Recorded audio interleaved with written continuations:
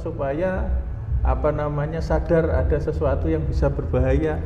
Tetapi karena telolet ini sudah berubah menjadi hiburan, justru bukannya mengingatkan orang tapi mengundang orang untuk datang. Nah, itu sebenarnya merupakan arogansi. Dari orang yang lewat di jalan raya sehingga dia minta diprioritaskan. Minta bahwa saya ini harus kamu perhatikan gitu ya. Itu bagian dari secara psikologis terjadi pergeseran begitu. Ketika orang dilengkapi oleh sesuatu yang tidak biasa, yang bisa menarik perhatian, itu penyakitnya itu caper akhirnya gitu ya. Minta diutamakan. Ya, itu kadang ini saya ngomong apa adanya, saya belak-belakan aja gitu ya. Saya tuh sampai mikir, semendesak apa sih mereka harus seperti itu? Kerjaan apa yang membuat mereka harus mendesak seperti itu? Ini terima kasih ini saya dikasih kesempatan itu karena saya udah kesel.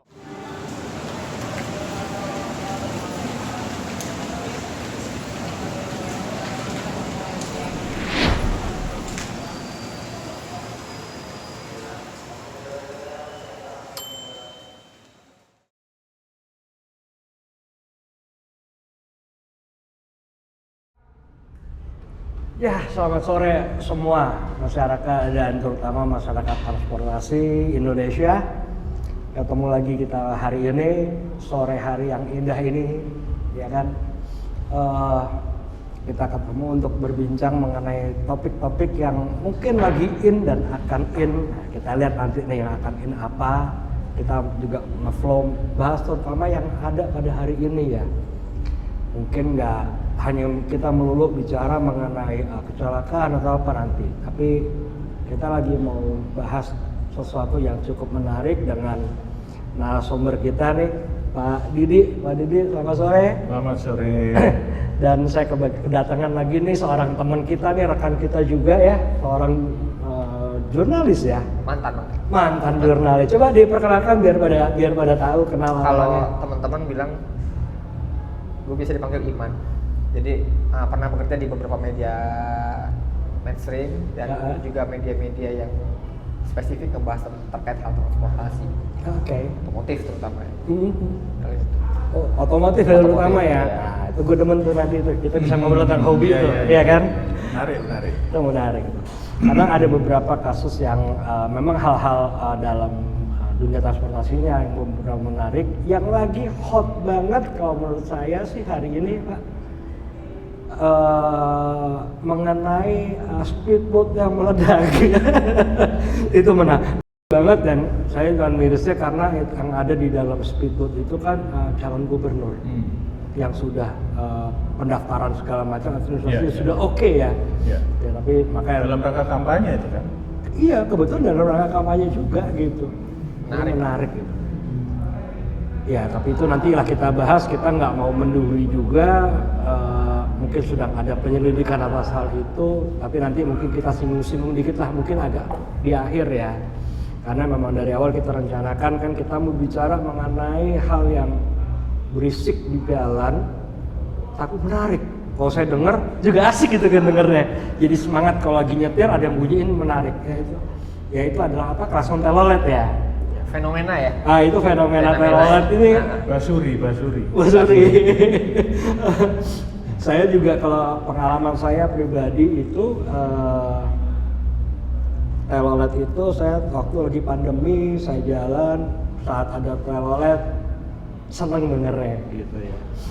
Melihat kelakuan anak-anaknya juga kayaknya anak-anak happy bener dengan sumringah ya. Sumringah. Sumringah banget, Pak. Bener ya kalau kita lihat, apalagi kalau sering naik bis kayak Pak Didi pasti ngalamin klakson bunyi pasti anak-anak pada lari.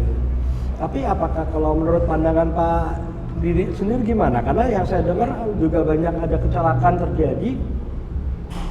Kecelakaan yang karena faktor eksternal tadi ini loh. Ini yang makanya kalau menurut Pak Didi sebagai seorang ahli hukum bisa nggak kasih pandangan dari sisi aturan atau bagaimana kira-kira Pak mengenai telolet ini loh Pak? Oke. Jadi mungkin pertama saya tidak bicara soal aturan dulu ya, tapi kita bicara soal fenomena telolet itu kan sebenarnya awalnya dari kreativitas kan gitu kan, orang mencoba memodifikasi suara dari klakson itu tidak monoton, ya. Tapi suara klakson itu bisa menarik. Okay. Tapi barangkali dulu yang awal mula yang pakai telolet itu tidak menyangka bahwa itu akan menjadi trending yang diikuti oleh banyak orang. Ternyata awareness lah ya. Iya, ternyata responnya dari publik itu besar, gitu kan? Sehingga ini banyak diikuti juga oleh bus-bus yang lain. Gitu. Iya. Pertama kan kita bicara bus ya, sampai dulu di acara-acara apa saja semua orang bilang om telolet om, gitu. Iya. Itu kan berapa tahun terakhir kan semacam itu gitu ya. Nah, sesuatu yang awalnya ini berupa kreativitas dan kemudian menarik perhatian publik, itu kemudian akhirnya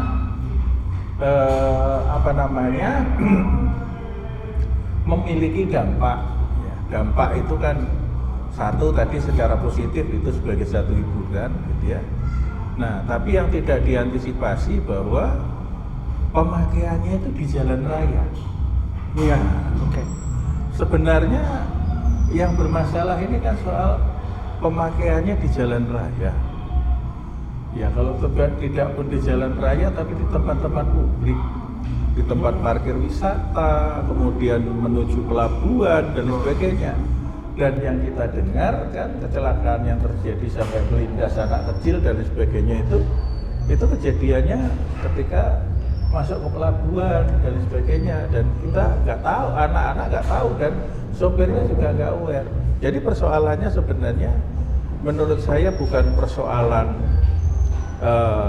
teloletnya sendiri, ya, tetapi persoalan bahwa ini dipakai di jalan raya, sehingga ketika di jalan raya itu ada unsur publik lainnya yang tidak terkontrol, namanya juga jalan raya. Betul. Nah inilah yang kemudian akhirnya mengakibatkan kecelakaan. Dan memang kalau kita lihat secara faktual, saking menariknya, saking trendingnya telolet ini, itu ya mengakibatkan anak-anak terutama gitu ya, itu merasa merasa ini sebagai satu daya tarik yang sangat hiburan, Pak. Hiburan yang sangat menarik buat mereka gitu ya. Sehingga itu akhirnya dikejar. Nah, kecenderungan manusia itu tidak hanya orang anak-anak tapi juga dewasa. Kalau kita melakukan sesuatu kemudian direspon oleh orang lain, itu senang ya. Gitu ya. Nah, jadi kemudian akhirnya saling berlomba-lomba, semua akhirnya pasang-pasang itu. Nah, kembali lagi bahwa ketika itu dipakai di jalan raya, sebenarnya ketika dipakai di jalan raya itu akhirnya fungsi utama dari klaksonnya itu akhirnya berubah. Ya. Padahal klakson itu gunanya untuk memperingatkan orang supaya tidak dekat-dekat, memperingatkan orang supaya sadar ada sesuatu yang bisa berbahaya. Tetapi karena telolet ini sudah berubah menjadi hiburan, justru bukannya mengingatkan orang tapi mengundang orang untuk datang. Nah ini kan akhirnya fungsinya bergeser. Ada sebuah kehebohan ya kan. Kayak kemarin di HUT ABRI tuh ada kehebohan. Kenapa? Ada band-band papan atas Indonesia datang sehingga semua jadi chaos. Iya. Mungkin telolet mirip-mirip lah dengan band tingkat atas gitu. Nah, Pak Didi. Jadi gitu sebelum saya bicara peraturan itu dulu deh. Silakan, monggo. Pak, apakah ini kan jadi fenomena ya, dan ini menjadi daya tarik karena satu punya sisi entertain. Nah, bagi para pegiat konten juga ini jadi konten yang lucu, konten yang viral segala macam. Karena kan juga dulu rame tuh, om telolet om viral di Twitter ya, jadi trending topik kan. Nah, apakah ada kebocoran hukum sehingga akhirnya mereka bisa membuat itu? Karena kalau kita ngomongin soal modifikasi knalpot, modifikasi klakson, itu kan ada dampak ekonomi bagi si pembuatnya. Ya. Makin makin cuan gitu. Nah, kalau Pak Didi ngeliat itu gimana Pak? Ya. Dari sisi ekonomi yang emang tadi memodifikasi atau memang ada sisi hukum yang bocor sehingga mereka bisa melakukan itu? Iya, jadi gini kan, sebenarnya dinamika masyarakat itu sepanjang tidak mengakibatkan dampak yang berbahaya bagi publik, itu harus diapresiasi. Ya. Makanya tadi saya mengatakan bahwa ketika itu masih berupa kreativitas, kemudian ada orang yang mampu merangkai klakson-klakson Ya. itu sehingga berbunyi menarik seperti musik, itu kreativitas dan tidak semua orang bisa ya. Betul. Bahkan kalau perlu itu mungkin harusnya bisa dipatenkan gitu kan, atau Iya. di apa namanya menjadi hak cipta gitu, hak kekayaan intelektual gitu ya. Nah, tapi yang kemudian tidak dipikirkan itu adalah bahwa hukum itu kan sebenarnya mengatur agar sesuatu itu sesuai dengan tujuannya. Iya. Ya, jadi apa namanya, kita bicara lampu depan mobil itu kenapa diatur ya, bahwa lampunya itu apa namanya posisinya di situ, kemudian tingkat terangnya seperti itu dan lain sebagainya. Jadi kalau Anda pakai lampu malam-malam kemudian lampunya hanya kelip-kelip kan pasti ditangkap polisi juga kan. Kan itu akhirnya Bapak fungsinya, tujuannya itu harus ada. Kemudian ada wiper gitu kan, wiper penghapus apa namanya air gitu ya, ada lampu sen, maka klakson juga sama. Tadi sudah saya singgung bahwa klakson itu fungsinya adalah memberikan peringatan, ya, betul. meminta jalan, menyuruh orang minggir, ya. Media Itu- komunikasi ya. Iya, itu peralatan yang gunanya untuk itu, gitu Iya. ya. Supaya apa? Supaya selamat. Ya. Baik yang membawa kendaraan ataupun Lingkungan yang sekitarnya, lain, lingkungan pihak lain. sekitarnya.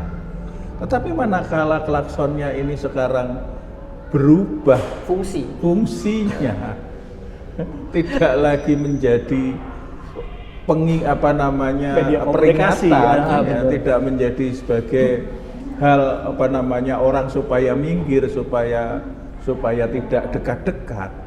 Lah ini sudah menyimpang dari tujuannya. Sehingga kalau ini kemudian ada pelarangan, itu pelarangannya karena fungsinya yang berubah. Dan memang juga kalau saya ngelihatnya sebagai masyarakat umum juga ya, ini kan merampas hak publik ya Pak ya, hak ketenangan orang gitu ya, atau enggak mungkin sebagian orang ada yang kagetan gitu lagi bawa motor tiba-tiba diteloletin dia kaget malah bahaya gitu kan. Iya. Betul. Itu apa namanya jadi hal yang kedua. Artinya kan gini, saya ingin mengatakan bahwa lampu strobo, sirine, terus kemudian mobil-mobil yang dipakai oleh apa namanya pengawal yang ada bunyi strobo gitu, ya, itu semuanya adalah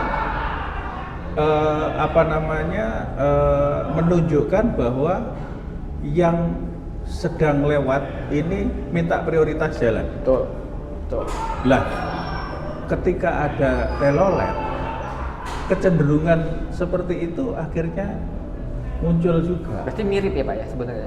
Ya sebenarnya mirip, itu sebenarnya merupakan arogansi dari orang yang lewat di jalan raya sehingga dia minta diprioritaskan, minta bahwa saya ini harus kamu perhatikan, gitu ya. Itu bagian dari secara psikologis terjadi pergeseran begitu. Ketika orang dilengkapi oleh sesuatu yang tidak biasa, yang bisa menarik perhatian, itu penyakitnya itu Caper akhirnya gitu ya, sekarang. minta diutamakan. Ya, itu menurut saya ada sepertinya lah. Kalau sudah begitu otomatis siapa tahu di jalan ada orang sedang sakit di dalam mobil sedang dibawa ke rumah sakit, siapa tahu ada ibu hamil yang harus diantarkan ke rumah sakit yang mau melahirkan dan segala macam, akhirnya dikalahkan. Dampak sosial. Dan itu tidak hanya telolet gitu ya, itu mobil-mobil apa namanya yang berplat nomor pejabat atau berplat nomor aparat itu suka begitu. Itu kalau di sore-sore apalagi jam-jam macet begini. Aduh, itu saya kadang-kadang ini saya ngomong apa adanya, saya belak-belakan aja gitu ya. Saya tuh sampai mikir, semendesak apa sih mereka harus seperti itu? Kerjaan apa yang membuat mereka harus mendesak seperti itu? Ini terima kasih ini saya dikasih kesempatan itu, karena saya udah kesel ngelihat dari perjalanan kalau saya dari TB Simatupang di Jakarta menuju ke Blok M yang lewat Antasari atas itu, satu jam aja berapa biji kendaraan yang seperti itu semua gitu. Apakah mereka minta prioritas semua? Iya. Nah ini fenomena yang terjadi di kalangan yang memiliki kekuasaan. Nah ini diikuti oleh kalangan yang selama ini selalu kalah gitu kan. Berarti mungkin mereka orang marginal. Ya, orang marginal. Berarti mereka tuh berpikir aparat aja kayak gitu, masa gua enggak gitu. Nah, itu harus jadi pelajaran. Makanya mereka ketika dilarang pun juga masih ada kok yang. Tapi kita bicara oknum ya Pak ya. Kita bicara oknum. Kalau oknum itu kan 1-2 ya, kita setiap hari itu. Udah apa namanya? Dan menariknya kadang-kadang gini loh Pak, mau dipotong ya Pak, tapi ya memang karena kita setiap hari juga pasti ada perjalanan ya. Kita ngelihat ya kalau kayak kita bilang mobilnya kayak Lexus, Jeep Lexus, SUV atau Land Cruiser, SUV itu oke lah, kita kadang-kadang ngintip plat nomornya oke lah nih, ada bintang-bintangnya masih kita bisa toleransi gitu kan. Tapi kadang-kadang yang saya juga bingung gitu, ada mobil yang kayak MPV kecil yang udah tua, yang ini catnya juga udah kusem, plat nomornya juga plat biasa, nggak ada sesuatu yang spesial. Lo ngapain sih? Ini ada apa sih di dalamnya? Ada siapa? Kita nggak paham gitu. Ya, kalau saya sempat tahu Mas ya. Kalau saya nggak ngelihat mau Land Cruiser, mau Mercedes Benz atau mau Range Rover atau mobil jelek, itu saya lihat itu sebenarnya. Marilah semua kita mengendalikan diri. Jalan raya itu punya publik. Betul. Iya, ya bukan kan? punya. Semua yang lewat di jalan raya itu bayar pajak. Hak publik ya Pak ya? Hak publik. Gitu Iya. Kan? Kalau saya sih bayar pajak Pak, saya nggak tahu yang lain suka bayar pajak nanti. Ya paling tidak semua yang lewat di jalan raya itu, apalagi di zaman macet itu juga kerja gitu loh. Iya. Kalau nggak kerja ngapain dia macet-macetan ikut keluar di situ? Ya, artinya semua punya kepentingan. Marilah diukur diri sendiri, ya kan? Itu meskipun Anda punya kekuasaan, Anda punya apa namanya kewenangan, jabatan dan sebagainya. Ya kalau memang nggak mau macet-macet, berangkat lebih pagi, gajimu lebih gede daripada yang lain gitu kan. Ya. Kamu juga punya sopir gitu, yang lain gitu harus nyetir sendiri gitu loh. Nah itu hal-hal kayak begitu itu perlu ditanamkan, karena apa? Karena itu membawa dampak kepada publik. Kalau yang namanya mereka yang kuat itu memberikan contoh yang nggak baik, itu kebawa, nanti ada kesempatan dikit yang bawah-bawah itu juga akan melakukan yang sama. Nah itulah makanya saya melihat bahwa peraturan itu menurut teori hukum yang saya pelajari itu ada ahli namanya Gustav Radberg ya.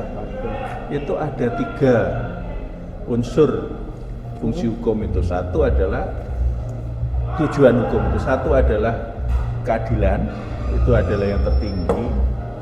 2 adalah kepastian, yang ketiga adalah kemanfaatan. Nah, ketika kita bicara kemanfaatan, maka kita bicara peraturan ini dibuat itu gunanya untuk apa? Ya, misalnya kita melarang, telolet itu dilarang gitu ya. Ya, berarti memang ada tujuan ya bahwa kalau tidak dilarang itu manfaat terhadap publiknya itu akan negatif. Makanya harus dilarang supaya lebih bermanfaat kepada publik, tidak mengganggu, tidak membuat kaget, tidak membuat bising, tidak membuat apa, selama berada di jalan raya. Oke. Kalau di luar dari jalan raya, misalnya ada kontes, ya kan? Ya. Kontes bagus-bagusan, Iya. apa Event lah ya. namanya? Parade Ah, kemerdekaan ya. ada parade, Konvoy gitu ya. ada karnaval, konvoy dan karnaval. segala macam. Silahkan Monggo. ya, seperti kalau kita ngelihat apa namanya mobil dengan sound system yang macam-macam itu, Iya. kalau di meskipun itu suaranya merdu gitu ya, tapi kalau itu dipakai di jalan raya juga orang komplain gitu loh. Berisik bener sih. Berisik juga gitu kan.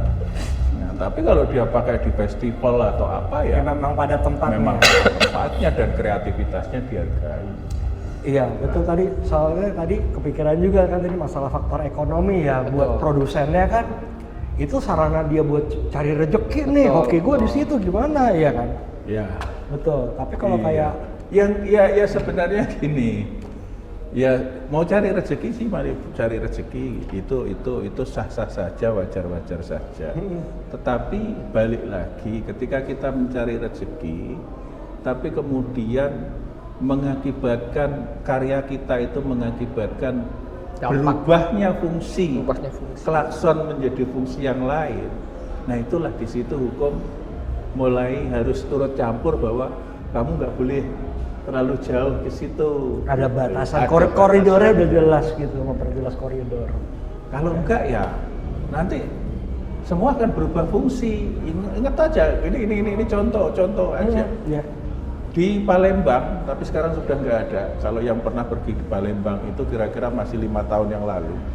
Kalau Anda ketemu bis kota di sana yang 3/4, itu depannya itu kaca depannya itu full lukisan, stiker. Jadi itu orang itu apa namanya boleh deh dicek di apa namanya di googling bis kota di sana itu. Jadi betul-betul kaca depan itu kita bisa melihatnya itu dari lubang-lubang stiker gambar itu doang. Itu kan transparan juga Pak stikernya Pak. Hah? Transparan juga kan stikernya. Enggak. Oh enggak. Stikernya tuh nutup. Kayak pakai model gambar kacamata kayak gitu Ya, ya. itu kacamata Iya, yang iya, bagian iya. lubang-lubang tertentu doang. Itu kalau kita lihat dari sisi kreativitas, kreativitas mereka.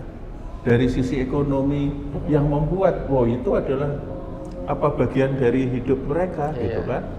Tapi dari sisi Fungsi, keselamatan ya. keselamatan ini dikorbankan gitu. Betul. Nah inilah yang Betul. harus kita imbangkan, makanya silahkan berkreasi, silahkan berkembang secara ekonomi, tapi jangan mengubah fungsi-fungsi yang bisa mengakibatkan kerugian pada publik. Nah, Oh, Pak, berarti- pertanyaannya sekarang masyarakat bisa apa, Pak? Kenapa? Masyarakat bisa apa? Nah, masyarakat bisa apa itu Apa dia bisa sebenarnya? menuntut atau dia bisa ya kalau misalkan dia nggak suka dengan fenomena itu, dia bisa kemana? Ya, sebenarnya masyarakat itu Pengaduannya ke siapa ya? Masyarakat itu kalau kita bicara itu sebenarnya cukup luas untuk bisa melakukan apa namanya Pelaporan. reaksi terhadap sesuatu. Nah, apalagi sekarang di zaman digital, tiap hari Anda melihat ya kelakuan-kelakuan yang tidak patut itu diviralkan. Oh iya. Dan itu sekarang sudah membuat kontrol sosial yang paling ampuh. Iya. Ya, paling mujarab.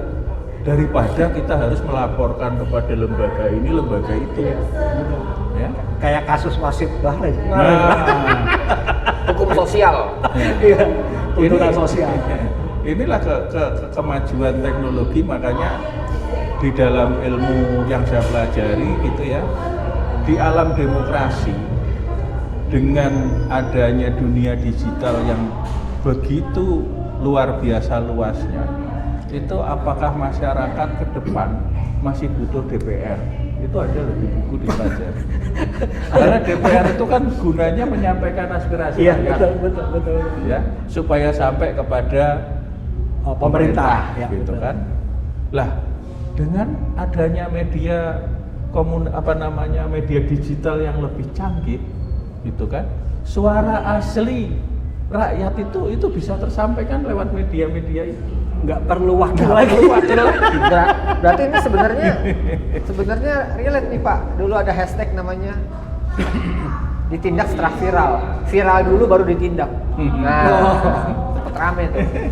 Jadi sesuatu kasus itu emang harus viral dulu baru dapat tindakan. Iya, tapi kan memang sifat hukum kan begitu.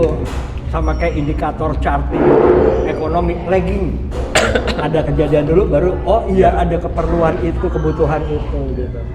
Nah, tapi tadi ada lagi pihaknya selain masyarakat bisa apa gitu. Kalau di beberapa daerah waktu dulu pertama kali telolet lagi viral-viralnya gitu ya.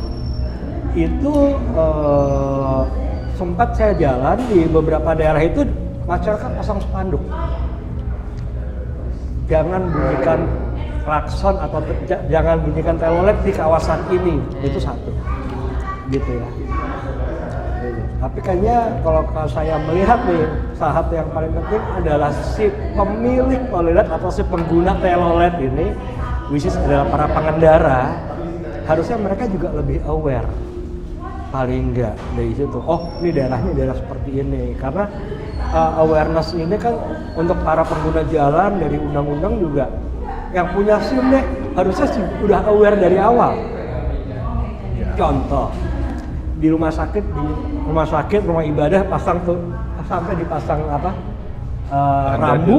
rambu dilarang klakson. Kenyataannya kita bisa lihat hari ini nggak peduli gitu. Saya sampai pernah lagi jaga ibu saya sampai ada yang saya sambit pakai lemper karena udah lagi capek menjaga di rumah sakit, ini udah dibilang jangan dipunyin depan gue lagi klaksonnya kenceng.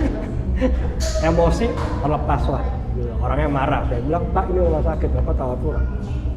Baru dia diem, gitu. Ya saya juga berani karena saya kelepasannya alhamdulillah lagi bener Pak. Saya kan memang harusnya ada banyak pihak yang terlibat, gitu kan. Aturan telolet dasarnya adalah bisa kita samakan dengan klakson. Gitu. Kalau kayak saya sekarang saya tergoda nih Pak, jujur nih, saya tergoda nih karena harga kalau yang di bis itu dia pakai yang klakson trompet sebenarnya jadi telolet. Sekarang elektronik kan udah 300.000 Pak harganya. Ini tergoda juga nih masih di kendaraan buat lucu-lucuan. Tinggal gitu install gitu ya. Iya, itu yang udah murah-murah hari ini gitu loh. Bahkan trennya sekarang mobil pribadi udah banyak yang pakai telolet. Udah pribadi. Ya asal memang digunakannya itu sesuai dengan tujuannya, itu menurut saya nggak apa-apa. Masalah. Jadi pelarangan itu tidak membabi buta mengatakan bahwa telolet dilarang dalam segala hal, ya itu salah. Iya. Jadi dikatakan bahwa telolet itu dilarang kecuali ya bila digunakan di area tertentu, iya. Atau sebaliknya, telolet itu dibolehkan kecuali apa? Tinggal bahasa hukumnya aja. Bahasa hukumnya kan berupa larangan atau berupa perkecualian. Betul. Jadi itu biar kadang-kadang kayak kemarin berita itu kejadian yang sampai nabrak anak kecil, saya juga kebingungan tuh bacanya ini gimana ceritanya. Anak kecil tertabrak di jalan tol karena klakson ini gitu. Anak kecil ini sadar nggak urusannya udah lari ke jalan tol. Nyebrang gitu loh. Iya, saking ngejar hiburan. Ini ya kalau yang di Merak itu kan yang itu kan anak kecil ngejar juga terus kemudian bisnya belok. Iya, kelindas gitu kan. Nah ini dia nih. Itu kan luar biasa itu kayak begitu itu. Memang tadi benar tuh agak-agak dilematis jadi ya. Jadi saya malah tertarik untuk yang soal ada komentar yang soal desibel itu ya. Ya, nah, desibel. Itu kan apa namanya, ada yang mengatakan bahwa kenapa telolet itu dilarang padahal desibelnya itu masih lebih rendah dibanding desibelnya kereta api kereta api ya. Klaksonnya kereta api gitu ya. Cuman nggak ada klaksonnya kapal karena kapal nggak lewat daratan. Dan yang saya belum pernah dengar juga klaksonnya pesawat. Iya. Jadi kan gini. Sebenarnya jangan dialihkan ke situ atau jangan dihubungkan ke situ. Karena apa? Karena ya namanya kereta api, kita tadi ngobrolin ya, gitu ya. namanya kereta api itu kan justru karena kecepatannya tinggi, dia ada di jalurnya sendiri gitu ya, dan semua itu harus ngalah ya. Itu ya, memang dia butuh suara ya, peringatan yang lebih Yang jauh. ekstrim ya, Pak ya? Yang ekstrim. Nah, karena kalau di jalan raya itu kita bisa ngelihat kanan kiri kita, belakang depan kita itu dengan leluasa gitu, dan kita kendaraan kanan kiri kita itu sepanjang nggak ceroboh aja itu akan bisa mencoba menghindar, ngerem atau apa. Nah kalau kereta api, Iya. jadi dia merasa memang jalannya dia sendiri ya. Dia juga nggak bisa ngerem mendadak gitu loh. Jadi makanya dia butuh peringatan yang suaranya lebih Yang ekstrim. kencang gitu kan. Dan itu juga tidak mengundang orang gitu kan. Beda sama telolet gitu. Jadi maksudnya betul. desibelnya tinggi, kereta api bunyinya kenceng gitu. Tapi kan nggak ada yang anak-anak malah datang joget-joget di depan nggak ada. Jadi kebayang nih kalau kereta api ada teloletnya gitu. Iya. Kalau pasang di kapal jangan-jangan begitu dibunyiin ikan yang loncat tari ya. Kecuali kalau orang memang niatnya mau bunuh diri, nah itu baru nunggu dia ada klakson kereta, dia baru lari ke depannya gitu kan. Betul. Sebenarnya ini ya Pak ya. Telolet itu kan dulu di bis-bis wisata kan, bukan di bis-bis publik gitu ya. Lebih kayak misalkan anak-anak TK Dharma Wisata, anak-anak SD Dharma Wisata untuk meningkatkan keceriaan mereka nggak boring gitu. Nah untuk yuk kita pulang yuk, bisnya udah bunyi tuh, telolet. Nah teloletnya dulu sebenarnya kayak gitu, tapi sekarang berubah, bener-bener berubah. Iya, makanya kalau itu di tempat parkir dalam kondisi bus berhenti, ya itu silakan aja. Mungkin itu penegakan peraturannya seperti itu, yang dilarang itu kalau dalam kondisi jalan gitu kan. Tapi dalam kondisi berhenti, kalau itu untuk memanggil atau itu untuk menghibur, sepanjang tetangga kanan kirinya juga nggak protes kan, nggak apa-apa. Iya. Kalau menghibur kanan kirinya ternyata rumah sakit ya sama juga, bohong kan. Lagi lampu merah, telolet bunyi lagi. Kalau boleh dikaitkan dengan konteks peraturan sih Pak, menurut Bapak ini apakah perlu dibuat selevel undang-undang atau sebenarnya cukup dengan peraturan-peraturan daerah Pak? Sebenarnya Ya kan kadang-kadang kalau ditanya sama orang hukum juga bingung deh. Ya sebenarnya undang-undang lalu lintas kan sudah mengatur mengenai fungsi-fungsi kelengkapan kendaraan itu. Makanya batasan yang dilakukan di sana itu adalah bahwa fungsi-fungsi standar yang ada di dalam kendaraan itu adalah sesuai dengan fungsinya. Iya. Jadi kalau mobilnya gede, klaksonnya tuh terlalu kecil, bunyinya cuman din, itu juga melanggar. Ya. Jadi bukan berarti yang kenceng aja yang melanggar, yang terlalu pelan pun kalau kendaraannya gede itu juga nggak benar. Jadi makanya di situ di undang-undangnya sudah dibuat untuk proporsional sesuai fungsi-fungsinya masing-masing. Nah, tinggal kemudian didetailkan di peraturan-peraturan yang dibuat Kementerian Perhubungan ataupun yang dibuat oleh kepolisian, itu tinggal didetailkan lagi di situ. Tapi payungnya memang fungsi itu harus diatur di dalam undang-undang. Karena kalau nggak diatur undang-undang, nggak bisa ditilang nanti. Ini iya sih. Iya betul. Jadi sebenarnya bis telolet itu bisa ditilang ya Pak? Hah? Secara aturan ya?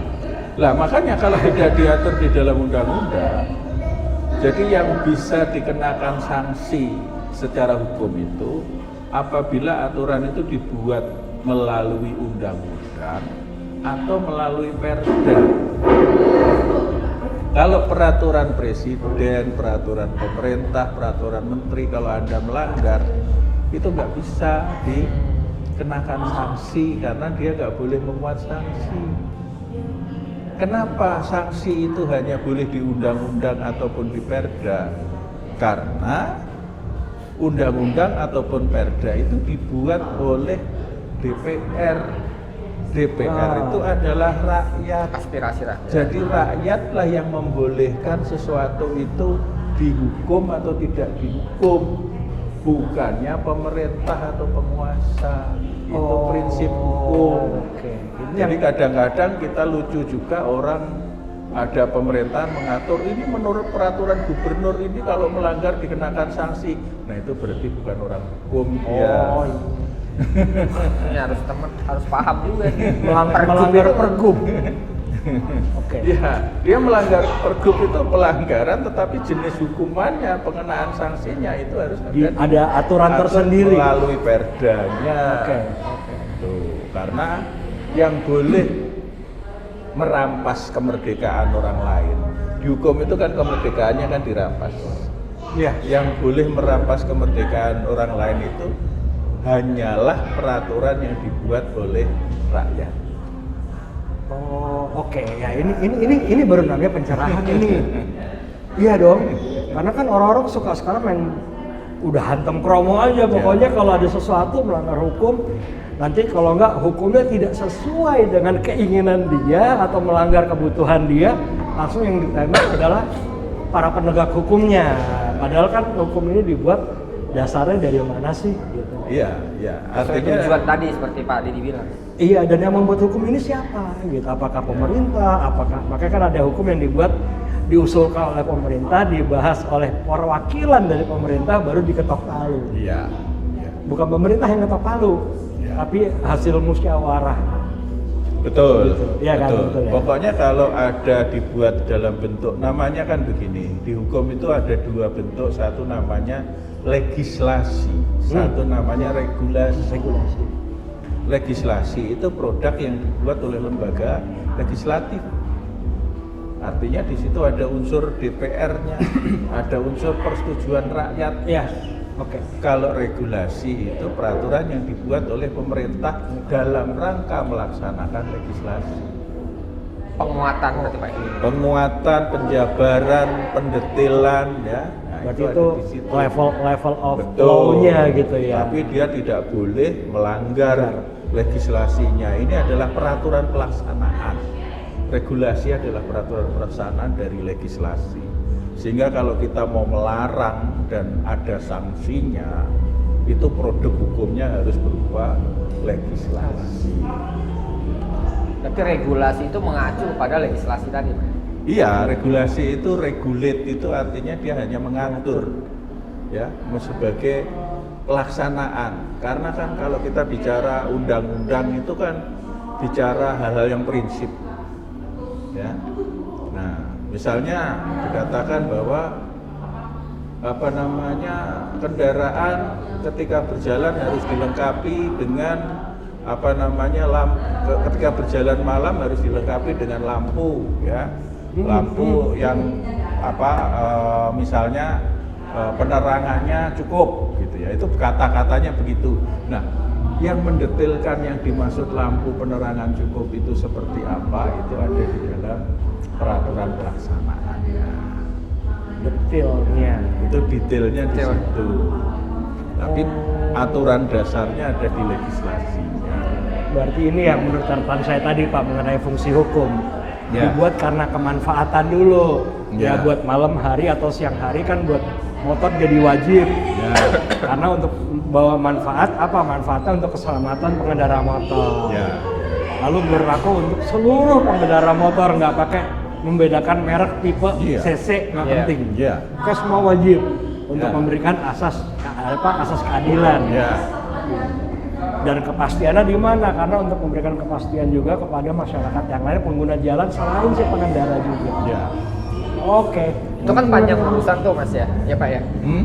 Itu kan urusan jadi panjang ya. Tapi mungkin peran kita sebagai orang tua ya.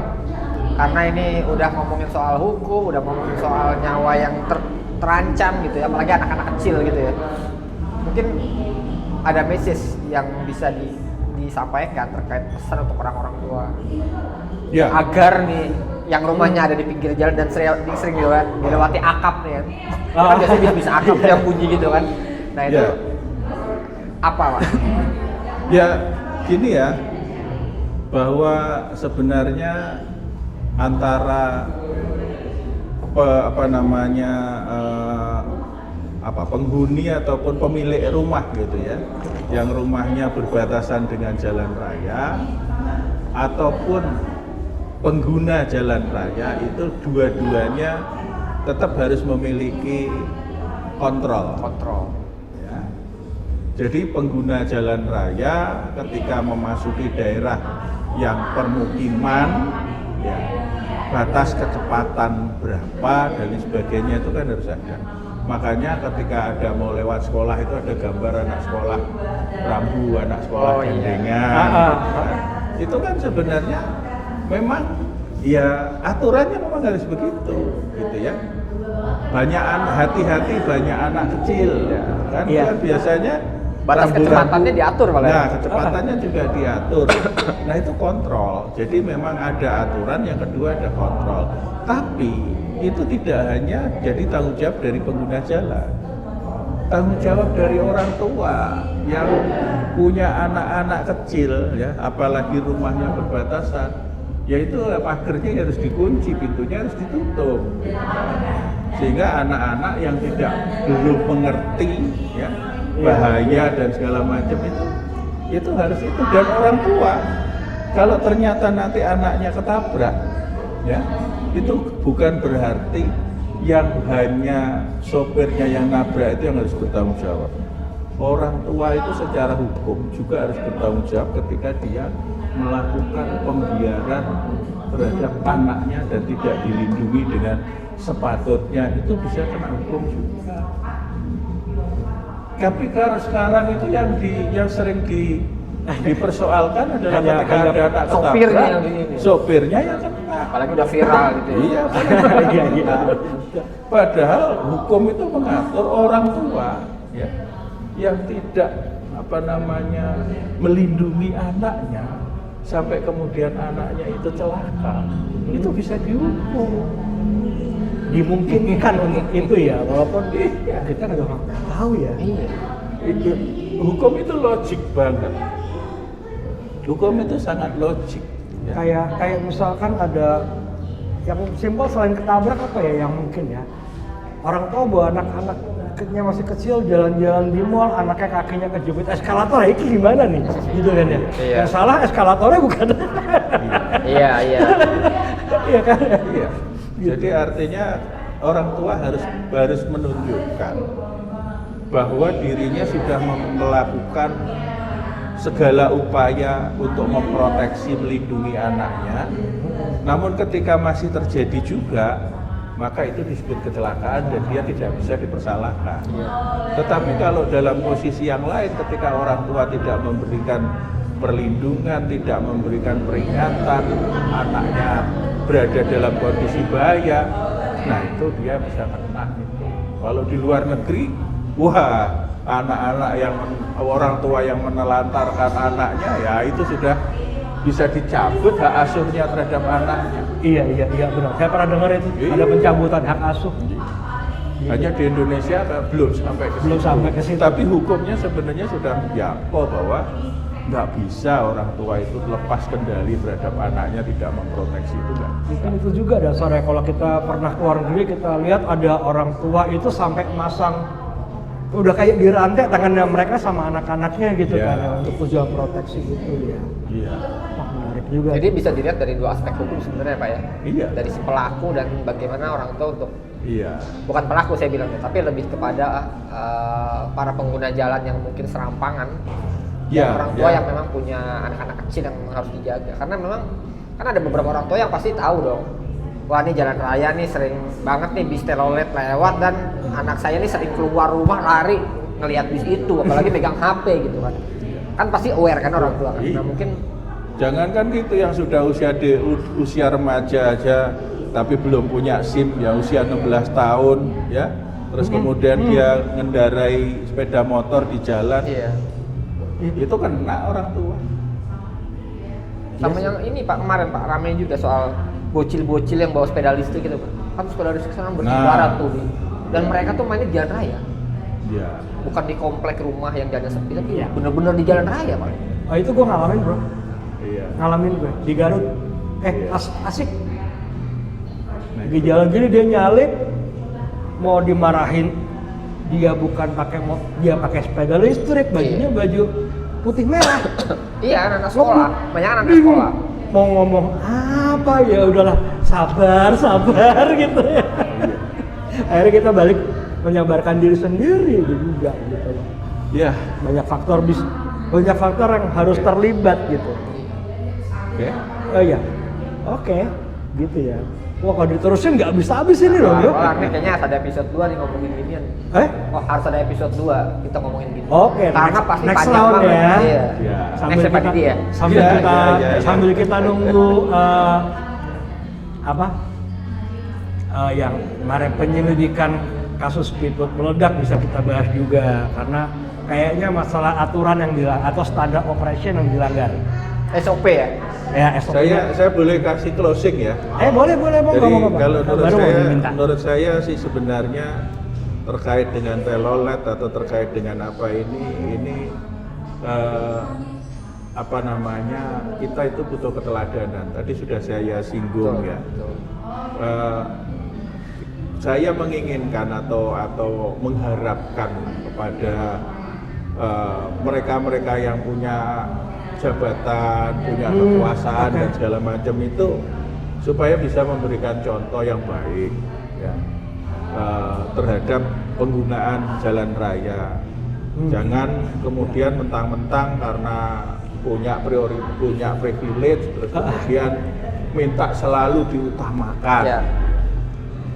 Bahwa hal yang semacam itu akhirnya secara tidak sadar itu menular kepada publik, kepada orang-orang. Begitu dia merasa punya kesempatan, ya, sopir bis misalnya, wah kendaraan saya gede, ya, orang lain pasti minggir, gitu. Itu akhirnya kebawa ke mereka.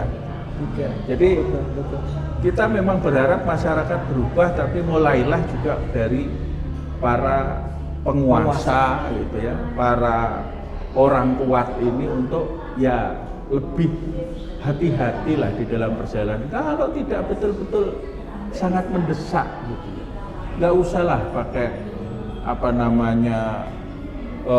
strobo orang minggir dan segala macam. Semua orang apalagi di Jakarta itu pada butuh jalan dan pada butuh cepat sampai gitu. Bukan hanya kalian aja gitu. Nah, itu barangkali pesan-pesan seperti itu penting untuk memberikan keteladanan.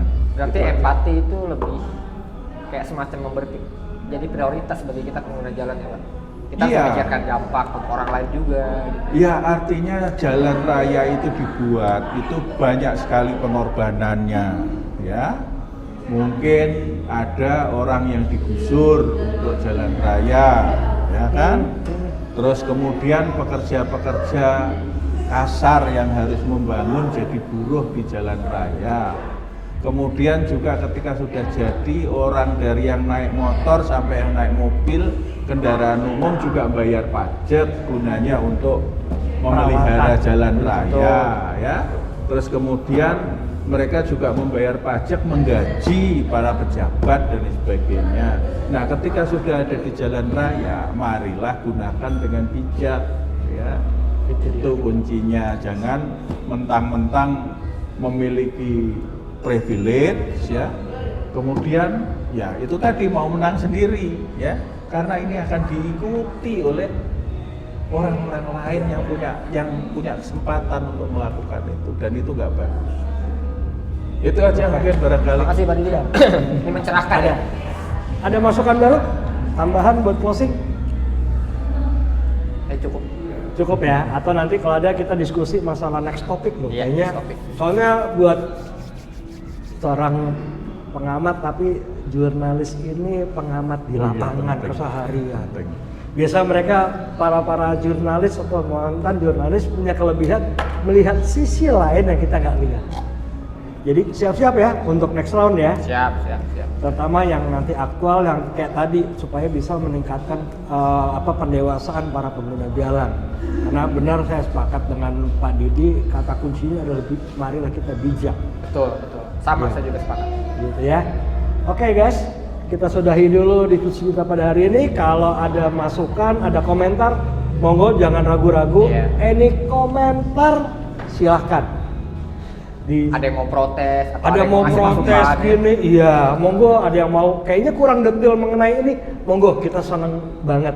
Karena dengan ada yang minta informasi lebih, berarti itu buat saya adalah ciri peningkatan pendewasaan. Betul.